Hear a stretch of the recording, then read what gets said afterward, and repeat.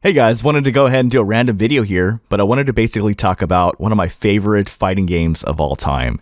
And this game, I have put in 4,000 hours into this game. And the funny thing is, it's not really a fighting game, but it is, and I'll kind of explain it. So most RPGs, you always start out, RPGs meaning role-playing games, you start out as a level 1 kind of scrub, where you have no powers, you have no weapons, no armor, you just kind of start out. And then you level up, and eventually kill the big bad boss in the end, kind of like Zelda. And this game kind of does that in the beginning. And in many ways, I actually think the single player game of Dark Souls 2 is not good. But where Dark Souls 2 is great is in its PvP, in its multiplayer mode. Basically, there is this mode in the game, the arena, and it's where you fight one-on-one against people.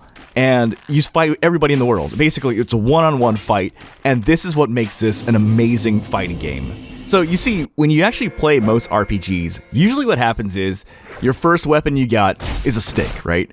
And at the very, very end of the game, you get like this super, super duper dragon OP sword, and it's no wonder it's like, that's the best weapon in the game. But imagine, if you will, like, basically in Dark Souls 2, that first weapon you pick up is your best weapon in the game. Because if you understand the moveset, like every weapon in the game in all of Dark Souls 2 has like a moveset. It's got like a light attack, a heavy attack, a running attack, a dashing attack, a jumping attack, a rolling attack, a blocking attack, and every weapon is viable.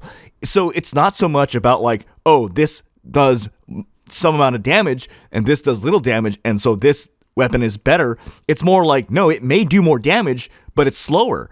Or it may do less damage, but it's hard to dodge. It's like each weapon is special in that regard. Another thing that's great is how this game handles armor and weight. So in most games, you have your armor that you started out with in the game, and then at the end, you have your end game armor, and your character runs exactly the same.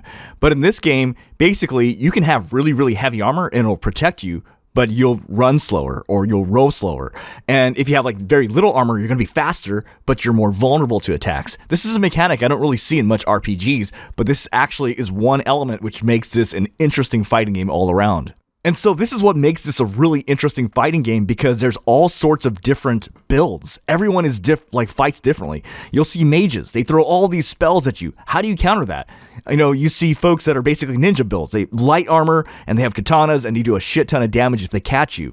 Or you'll see someone decked out in armor, basically a tank. Or you'll see someone, a turtle with a sword and shield, and just pokes at you. How do you counter all this? This is all kind of like, what's really fun about this is because every player plays differently, and it's like a game of chess. Now, the irony is that actually there are other games. There's Demon Souls, there's Dark Souls 1, there's Dark Souls 2, there's Dark Souls 3, there's Elden Ring, but I don't know what it is. But this is the best version. And unfortunately, no one ever plays this game anymore. It's too old now, and it's over. I don't play this game anymore. But to this day, I have really fond memories of this game. I love this game, and that's all I gotta say. I will always be at your side.